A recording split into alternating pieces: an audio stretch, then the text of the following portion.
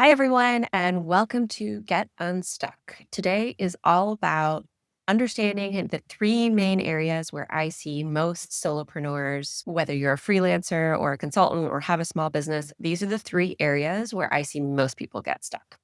So, our goals for today are to go over how you build a strong offer.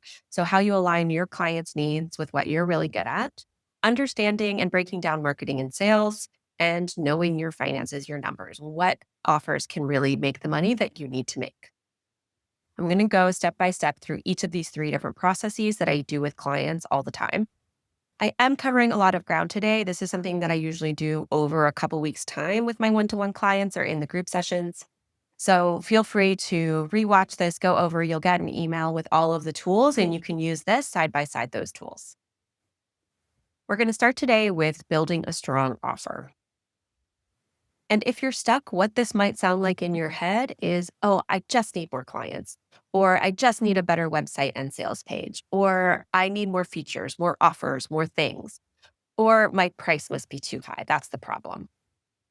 But what's most likely really going on is that you're selling deliverables and focusing on output, not the value that the person will get.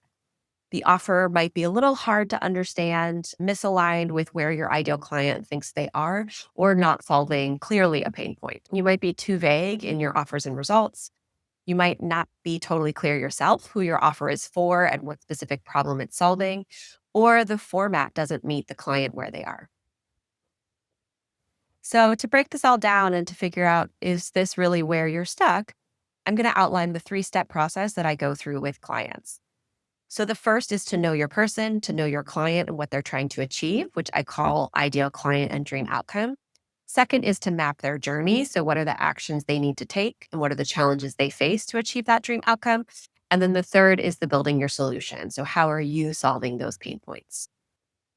This entire process is built on a human first approach that's centered and grounded in human centered design and design thinking. And I believe that it leads to stronger offerings with a higher value to your ideal client. You start with a client first approach. So you're starting with their goals, not your offer. This really enables your client to feel seen, heard, and supported in your product and communications because they are, and they can see that.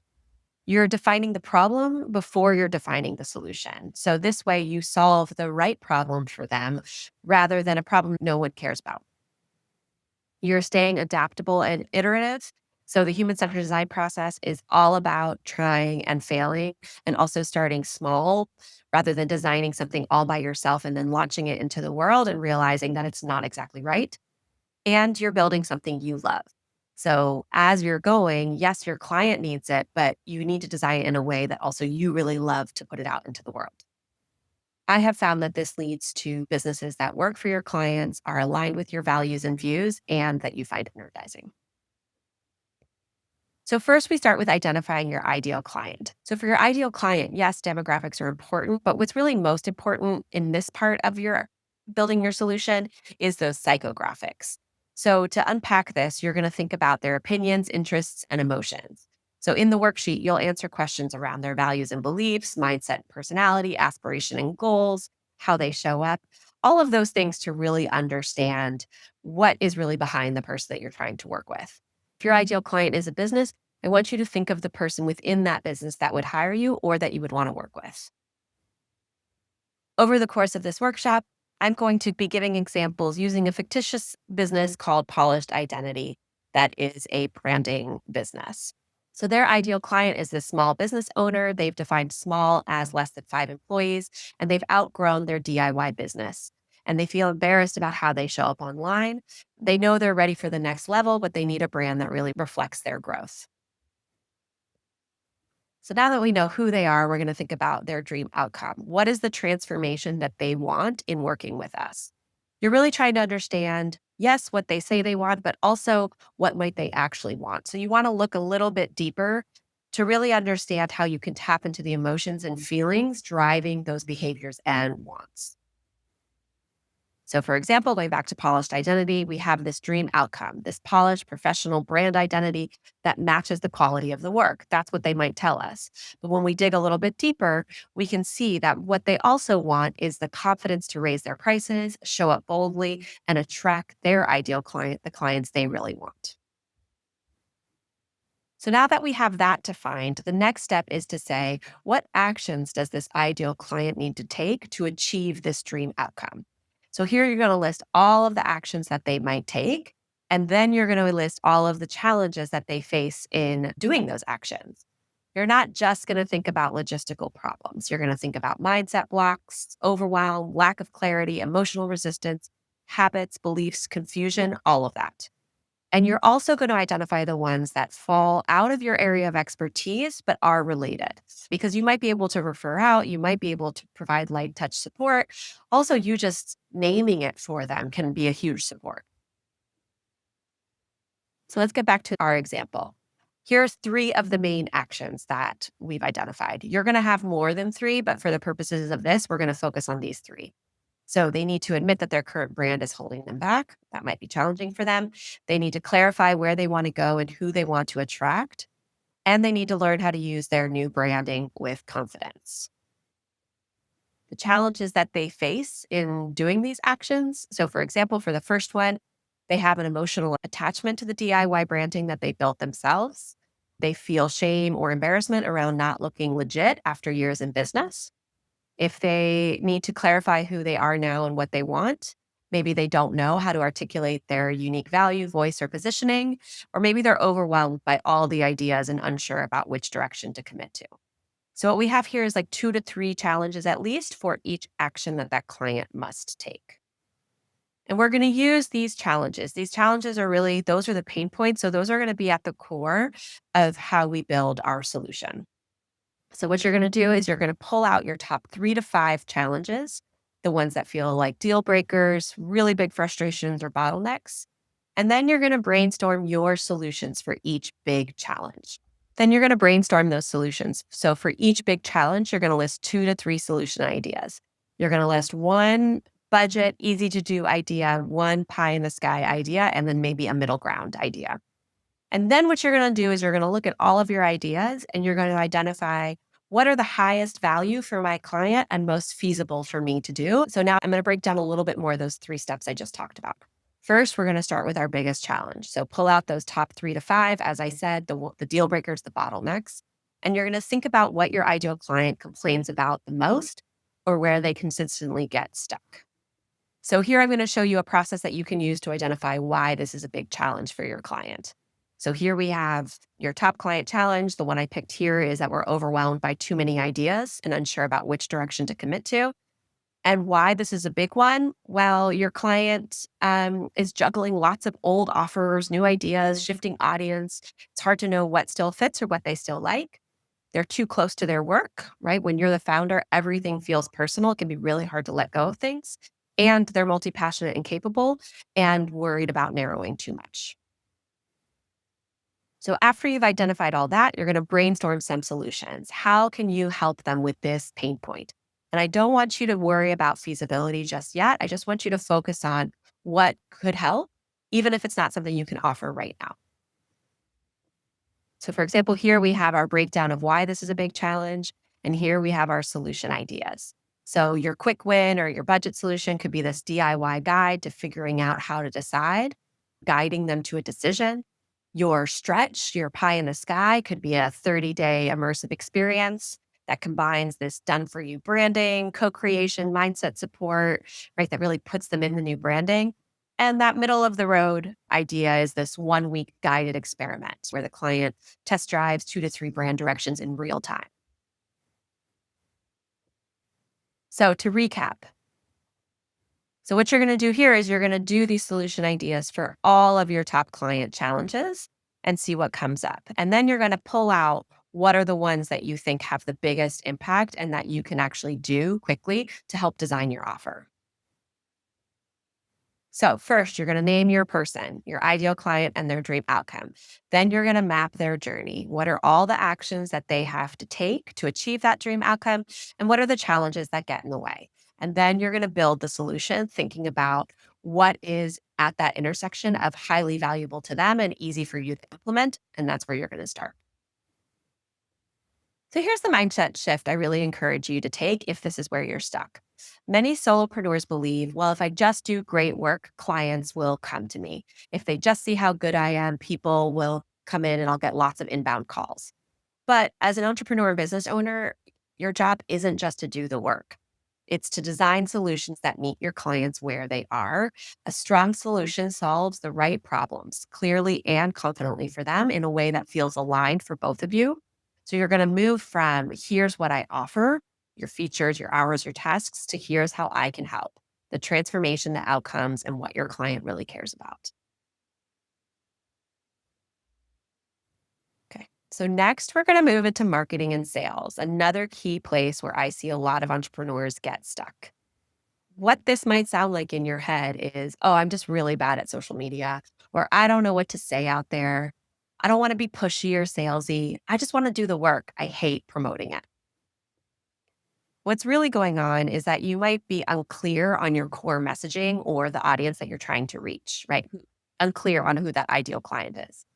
You're not thinking about how you're helping, and you're not writing with that ideal client in mind. You're thinking about marketing as promotion, not connection. You're thinking of sales as forcing someone to buy, not helping them towards something that will help them. You're focusing on tactics, all of the little, oh, I need to post here, I need to send this email, not on the strategy as a whole. And you're trying to do everything across all platforms. So here's what we're going to do about it. I'm going to help you understand the difference between marketing and sales by breaking down the marketing and sales funnel and giving you the tools to figure out what to focus on next. So marketing isn't just about getting clients. It's about building relationships that turn into results, referrals, and long-term trust. And sales isn't about convincing someone to buy. It's about guiding somebody who's already interested to make a clear, empowered decision. This is the sales and marketing funnel. And what I really want you to note here is that sales is distinct from marketing. They're interrelated, but they are separate. So I'm going to break down each of these phases of the funnel. But as we go along, and if there's one thing you take away from this, is that there are two separate processes. So here's the marketing journey before somebody does purchase. That top of the funnel are all of what we call awareness. So this is when someone thinks, I just discovered you. They've seen your post, heard your name, clicked your website, been told about you, right? And what your job in this phase is to get found by the right people. So this can often be social media, it can be networking, it can be partnerships, it can be SEO. But your job in this phase is to understand, how do you find your ideal client and how can they start to hear about you? Then you'll move them into consideration. So this is when they start to think, oh, I'm curious about this person. Can you help somebody like me? They're reading more of your stuff, they're watching, maybe following, maybe asking a friend about you. They're starting to evaluate, does this person have the experience and tools to help me in my situation? Your job here in this part of the funnel, the middle of the funnel, is to build trust and relevance for that person. Then there's the conversion. So this is the step before we take them into the sales funnel.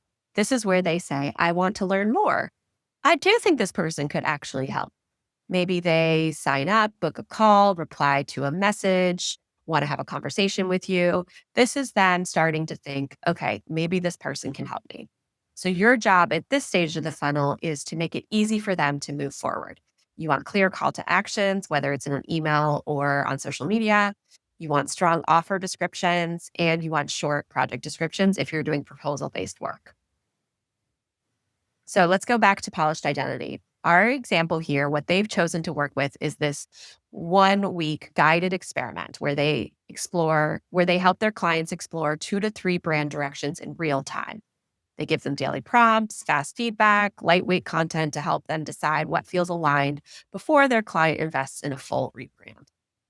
This is ideal for that solopreneur or small business owner who feels pulled in multiple directions and can't decide how to position themselves, who are stuck in that I could do many things. So it really puts them in that place for a week. So you have this recording and so you can come back to it. So I won't read this all line by line, but here I've outlined the goals and actions that they should take in each stage in the funnel. So, for example, in awareness, their goal is to reach people who feel stuck or scattered in their brand messaging. And one of the actions they could take is a guest newsletter contribution. That's the number one reason your brand isn't working and what to do instead. For conversion, for that bottom of the funnel, they want to build deeper trust and relevance and provide real value ahead of time for their ideal client. So the actions that they could take are highlighting common questions and what to do about it, or inviting their ideal client to a free call. So after we have that conversion, we're moving into the sales funnel. The sales funnel has two key components: decision. So this person has explored your offers. Maybe they've had a call with you. They're kind of hovering around that purchase button. And they're really thinking, is this right for me? So your job here is to provide that clear, aligned offer. You want to make sure it's really clear what they're getting, and not just what they're getting in terms of deliverables, but what they're getting in terms of how they're going to get to that dream transformation. Then, once they've said, yes, I'm in, you move into the close. And that's where you want to make it really easy for them to sign up or buy. You want it to feel easy, supportive, and aligned. A lot of the clients that I work with offer services to people who are burnt out or really need support. And then they make it a little tricky for somebody to actually sign up. There are multiple steps to actually purchase and get going. So little things like a button that takes them straight to purchase or a button that takes them straight to setting up their first appointment can really help make that process frictionless. And that's what you want to do in that close part of the funnel. So, for example, in the decision, some of the actions that polished identity might take is a landing page proposal with who it's for, who it's not for, or a comparison chart with the different products. In the close stage, they might have that instant checkout or auto confirmation or gentle reminders, early bird discount, bonus nudges. So I'm only focusing here on the pre-purchase marketing funnel and the sales funnel. Loyalty and advocacy are parts that you do after purchase when you want to keep people in your network and help with referrals and helping them with being ambassadors for your brand and for your company. I'm only focusing on these top three right now. So to review, we have our top of the funnel, which is that awareness. How do people get to know me? The consideration. Oh, I'm thinking about these people. The conversion. Oh, this person can really help me, into the sales where they're actually thinking about purchasing to making an easy yes in the close. Here are some things to keep in mind with your marketing and sales. As I said before, if you take away one thing from this workshop, it's that marketing and sales are not the same thing. Marketing builds visibility and trust. Sales helps someone make a decision. They're connected, but distinct phases of the client journey. I see a lot of people try to do both with the same thing, and that can lead to a confusing experience for your ideal client. So, silence from your ideal client, or when you put things out into the world and you get silence, doesn't mean that you're bad at this or that you're not good at sales and marketing. It just might mean that you're missing the mark in one part of your funnel. So, you might need more visibility, stronger trust building, or clearer offers, not a total reinvention. And the worksheet that you'll have access to really helps you go through and do that audit of what's working well, what's not working out well, what part of the funnel might you be missing activities in. The mindset shift here that I encourage you to make if this is where you're stuck is going from I'm just bad at marketing to understanding that what's likely going on is a lack of clarity and a lack of focus on the individual that you're helping. All of the posts that you put out there or emails or networking really should be speaking to that one ideal client that you're excited to help. You also want to remember that marketing is about connection with the right people in a way that builds trust. And sales is about helping someone make that clear, empowered decision. So you want to move from how do I get clients to say yes, that idea of pressure and just guessing what they might want, to how can I show the right people how I can help? Okay, we're moving on to the last area, which is your financials. So if financials is where you're stuck, this might look like to you, you might be thinking, I'm just not a numbers person, or it's not about the money for me. I just want to do good work, or I don't know where to start, or I'll figure out my financials once I'm actually making money. But what really might be going on is that you're worried that prioritizing money will mean compromising your values. You associate financial planning with spreadsheets and pressure and perfection. Financial planning feels abstract, and you've been a doer, not a business owner. You don't know what actually matters in terms of your financials or where to start. And you're worried that that clarity might create pressure to take action that you're not necessarily ready for. So here's what we're going to do about it. I'm going to go over a simple back of the napkin financial tool that you can use anytime. It will enable you to see how your ideas could work financially before going in too deep. You'll understand how much you need to work and how much you need to charge to make your business financially sustainable. You'll get an idea of your startups and operational costs, and you'll apply basic financial terms to your business moving forward. So, this tool has you think about all of these categories by product idea. And for each product idea, and what I mean is an offer or a specific thing you're selling, you're going to think about how much of that can you produce. So, based on how many hours you can work, how many units can you produce in a month? So, if you offer one-to-one services or if you offer package deliverables based services, you're going to think about how many can I do in a month and how much I can charge. Then you're going to outline your COGS. So, this is your cost of goods sold. How much do you spend creating or delivering each unit? And then you're going to estimate your operational expenses. What are the recurring costs each month? To do this, you're first going to start to think about what is your product type? What are you offering? Are you offering a physical product, a digital product, something that's downloadable? Are you offering a knowledge based good? So, something that requires your expertise or insight, or an experience. This is a live or immersive offering where your value comes from that participation. After you've identified what your product is, you're going to think about your production capacity. So here you're going to think about what unit are you selling? If it's a physical item or course or an hour or a day, what is the average price per unit? If you send a range, just what is that average? And what is your monthly capacity? How many units can you realistically deliver or produce each month? Right? So here are the limitations you're going to think about are your hours available, your production, if you're doing a physical product, your inventory, materials, vendor capacity, or the space you have, storage or workshop limits.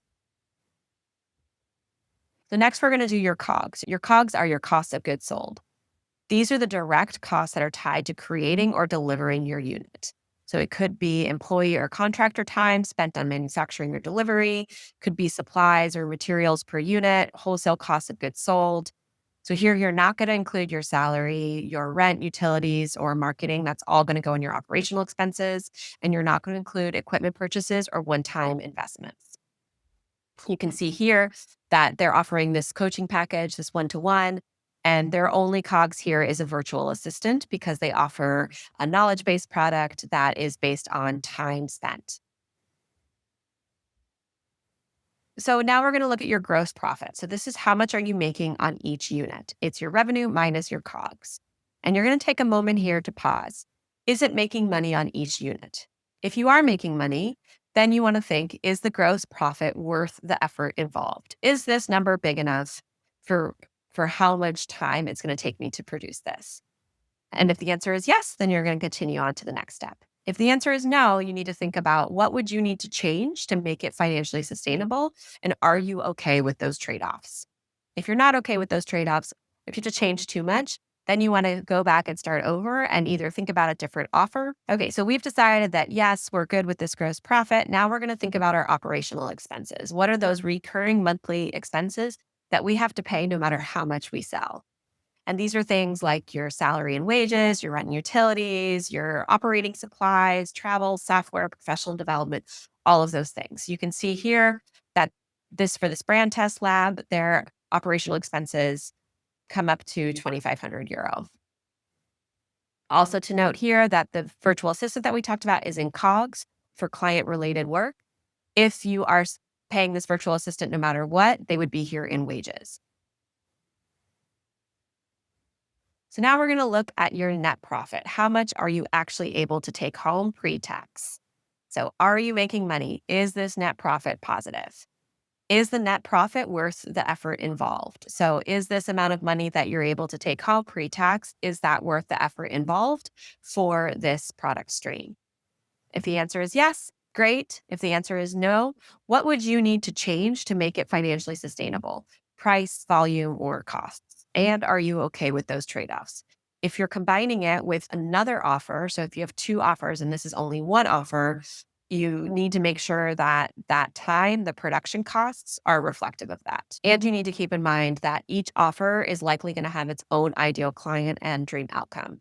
A group offer is different from a one-to-one offer. So here's the mindset set shift I encourage you to take if this is where you're stuck. Many solopreneurs believe that they're not a numbers person or that it's just something they need to figure out when they start making money. But as an entrepreneur, your role is to make informed decisions. And that means knowing what your business needs to be financially and emotionally stable. Financial clarity isn't just about spreadsheets or perfection, it's about understanding all of those levers that drive your business. So I hope you move from, oh, I hope this works out, where you're guessing, avoiding, kind of being reactive, to I know actually what I need to earn, charge, and spend. So, no matter where you are stuck, the overall mindset shift that might be helpful for you to make is really understanding that being good at what you do is critical. Even as no matter how good your marketing and sales are, if your product isn't good, your company is likely not going to be sustainable. But at the same time, great work alone isn't enough to build a sustainable business. This mindset is about building, not just delivering. It's about understanding and owning the mechanics that make your business run and help you make decisions. So that clear aligned offer, the marketing and sales that connect and help, and that simple financial clarity that helps you grow sustainably. As I said, I threw a lot of information at you, stuff that I usually work through with clients over the course of a couple of weeks. So you have all of the worksheets, but if you're really not sure where to start and you're kind of like, I am stuck in all three of these areas, I would start with the build your offer worksheet to sketch out one or two product or service ideas. And then I would run them through the simple financials tool and kind of go back and forth until you find an offer that you think that really addresses your client's pain points and is fun for you to deliver and can bring in the revenue that you need. So, as I said, you'll get all these tools via email, the marketing and sales mini audit, the back of the napkin, and the build your offer. You'll also receive a link to work one to one you'll also receive a link for a free 30-minute clarity call if that's something that you'd find helpful. And then if you'd like to continue working together, there's a new group course that starts in January. And of course, that clarity chat. Thanks so much.